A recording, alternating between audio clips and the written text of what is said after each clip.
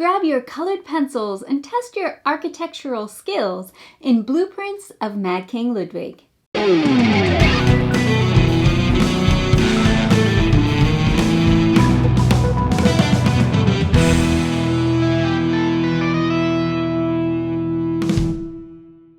Thanks for joining me at Tantrum House Studio D. I'm Melissa Delp.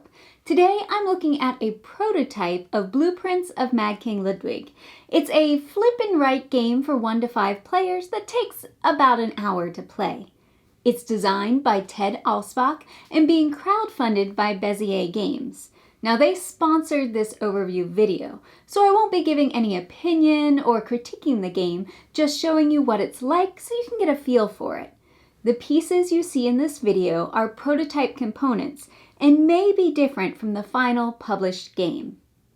This game is in the same universe theme as Castles of Mad King Ludwig and Between Two Castles of Mad King Ludwig, so there are some similarities, but this is a standalone game with its own unique mechanisms.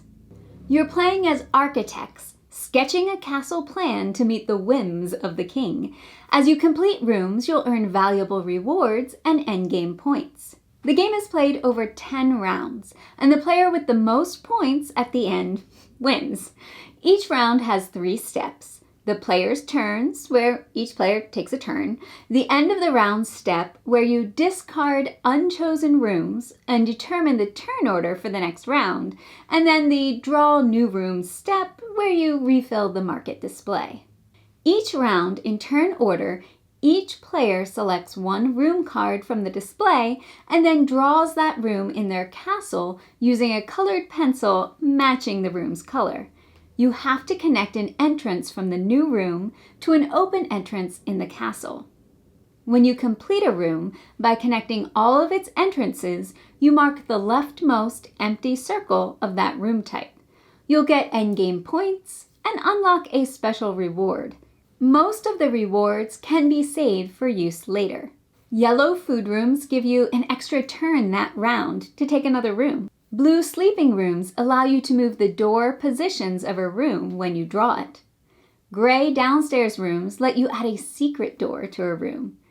Purple living rooms allow you to remove a door from a room, and this can make it easier to complete a room. Red activity rooms let you choose a room card from the reserve, which is basically the discard pile, instead of from the display.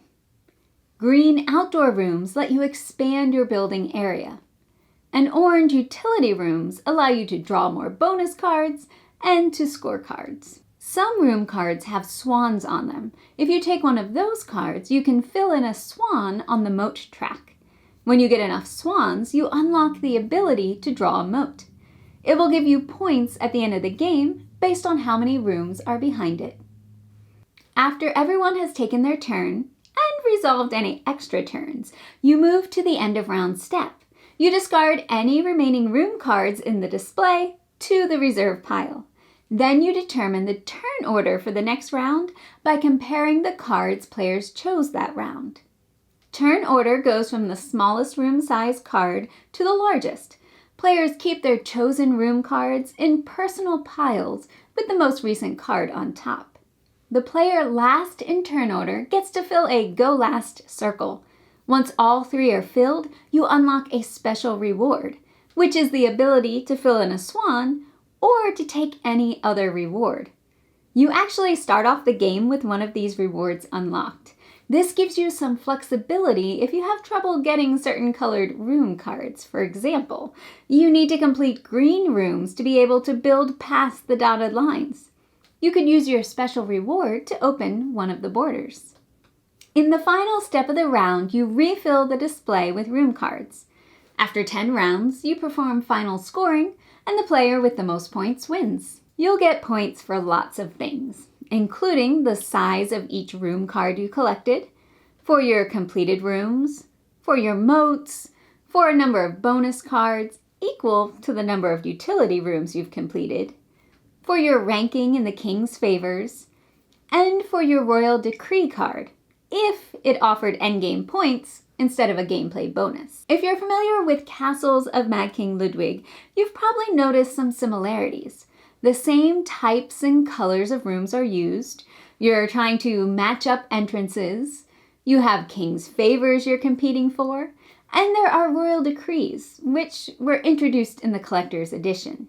Some of the differences include not having bonuses and penalties for putting certain rooms next to each other.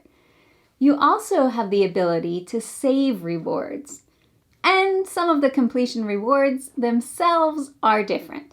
For instance, you don't need money in this game. And of course, there's the whole aspect of drawing the rooms in your castles instead of laying tiles. The sketching panels overlaid with the special vellum sheets allow you to place the cards underneath and trace the shape. The room cards are designed so you can easily flip, rotate, and mirror the shape. So being a good artist is not necessary. Here are a few examples of castles we've designed. Kevin's castles were drawn with the colored pencils included in the prototype. This game has rules for solo play, where you'll compare your final score to a chart to see how well you did. Will you be the drawing room's royal pencil sharpener? Or the official taster in the food prep room? That one sounds good. Since the components shown in this video are prototypes, I encourage you to take a look at the Kickstarter to see updated representations and to see what's included in each pledge level. If you like building castles, like triggering rewards, or like the original game, Castles of Mad King Ludwig, which happens to be one of my favorite games, then check out Blueprints of Mad King Ludwig on Kickstarter from Bezier Games. And if you want to see the game in action, check out our playthrough, which will be live on our channels soon. Thanks for watching, and let me know in the comments what you think of this new take on the Castles of Mad King Ludwig. Please like and subscribe.